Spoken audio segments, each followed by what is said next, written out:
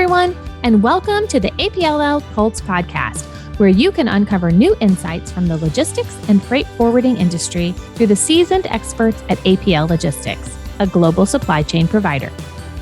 We'll help you keep pace with the current topics impacting businesses and advance your logistics strategy.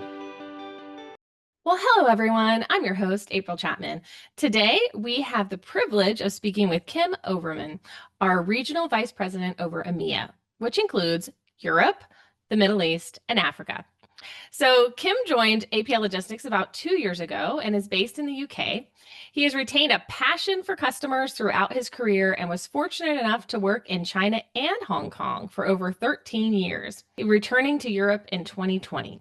This experience has enabled Kim to deepen his knowledge and understanding of the global logistics industry, with a particular interest in international inbound supply chain management and driving benefits that create impact and value for his customers. So Kim, thank you so much for joining us today.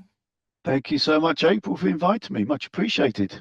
All right, let's jump right in. I want to give our listeners an overview of the EMEA market for us. So can you let them know what is our current footprint in EMEA? Yeah, sure. APL Logistics EMEA has really been focused on our sort of core consumer markets, which are the UK, Germany, and the Netherlands. By doing that, we've been able to focus on giving our customers a really best-in-class inbound supply chain management service. Those customers typically are in the retail and lifestyle vertical, which is our focus area. In addition to that, though, we also have our Turkey office, which is providing, I would say, more export-orientated services, both into the Americas, but also into Asia. I think the exciting thing for us at the moment, April, is though that we're expanding all those dimensions.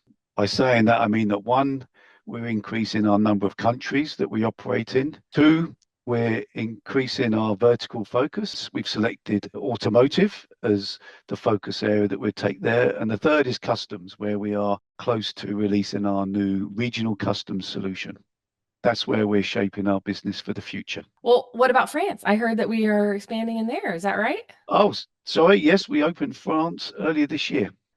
Well, Kim, I'd love your take on this one. So the global market has been experiencing a heavy amount of disruption due to changing tariffs. So can you give us some insight into how they are impacting EMEA specifically? We've had some news this morning, certainly here, that China-US trade talks are progressing positively. So that's great to hear.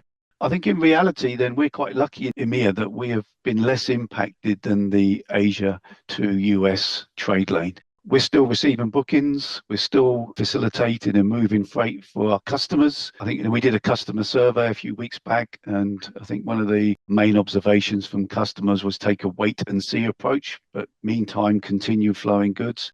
And I think that's what we've seen. So I like to think in Europe, we've been less impacted than other global markets. And what are we doing about that? We've got our global trade management teams who are plugging into news channels, information sources, and feeding that back into our customers so we can give them the best updates.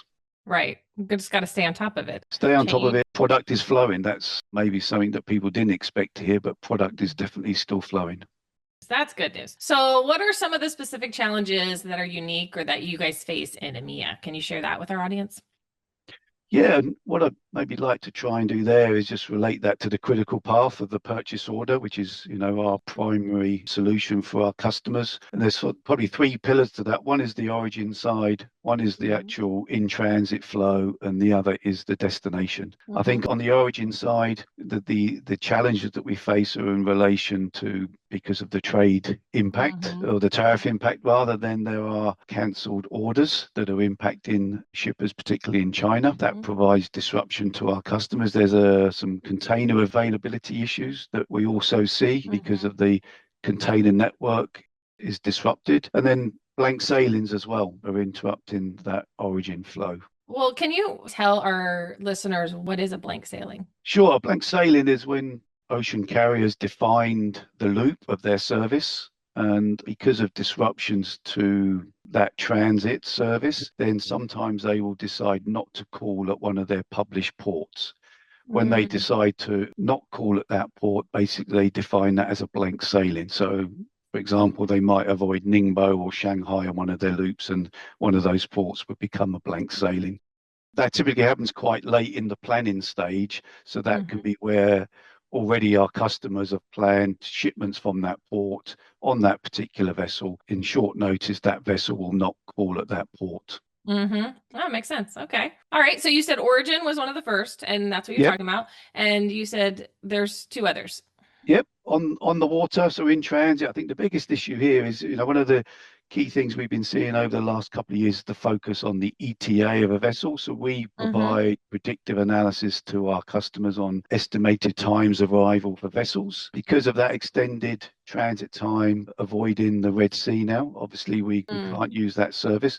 What we're finding is that a combination of that extended transit time and the disruption in the destination ports of North Mm-hmm. Europe, then we're not able to provide that predictive detail that we've been able to do in the past. Quite short notice, again, then Mm-hmm. those vessels will change their port of arrival. So instead of going in Rotterdam, they'll end up in Antwerp. Also, Oh. there's delays around those ports in terms of the time it takes to unload those container vessels. There was some news this morning also from the CEO of Hapag-Lloyd sharing some frustration over the delays that are in the port of Rotterdam and the impact that's having on their vessel reliability. The other one at destination is the terminal performance. So even when they do get into Rotterdam Port or Port of Felixstowe, then the actual terminal operations are not as effective as they were previously. And also we find that disrupts our multimodal services that we're providing delivery options to our customers. Overall, there's a continuity, if you like, of disruption, and that's where we need to be agile. We need to be able to find solutions for our customers to maintain the predictability of their service. I like how you said that continuity of disruption. That is so true. Not Um, stopping anytime soon, eh? that's right. That's Yeah. why we have to be prepared for solutions Yes. because you never know where that problem is going to start, where it's going to be, right? So let's talk about some of those then. So can you give us any examples of how we have helped solve one of those specific challenges for our customer? We've been developing in APL Logistics our OrderPilot application. Mm. OrderPilot is a platform that allows us to validate how POs are planned to ship, the volume that's shipping, the scenarios around arrival times, as we talked about predictive arrival times. And basically that allows us to really define and optimize flow for the customer. What we're able to do with OrderPilot is, the one example I'd like to share is we have a home improvement retailer in the Netherlands. Mm-hmm. All their product needs to flow through their distribution center network. And what we can do with AutoPilot is actually plan a route to market that avoids the distribution network. By going through the distribution network, it adds cost, it adds lead time, and of course, it also has an impact on their carbon footprint. By Mm-hmm. deploying AutoPilot as a planning tool, we're able to identify the purchase orders which can go in a dedicated container direct to one of their multiple retail stores. The benefit of doing that allows us to reduce the operating costs, reduce the lead time of the shipment, and positively impact their carbon footprint by reducing emissions on their transport solutions. The benefit of the direct to store also improves availability on shelf, so that improves their sales opportunities. Right, right. Well, Kim, I know you have the opportunity to hear from customers as well as other industry leaders. So I'm really interested to know what you are seeing as emerging focuses for them right now. This is an active conference season, I think it's fair to Mm-hmm. say, certainly in Europe anyway. And myself and some of our colleagues have been fortunate enough to attend a number of those events in the last few weeks. I think the theme of resilience continues to probably be the dominant factor. We're seeing some evolution of that now. So although resilience has been the primary focus for us to solve problems and disruptions over the last 3-4 years, we've probably been given a bit of a grace period to be able to do that without 100% focus on performance. I think what we're now seeing is that customers are no longer accepting a grace period of those disruptions. They expect us as a 3PL to solve those issues and deliver to the service level agreements we have.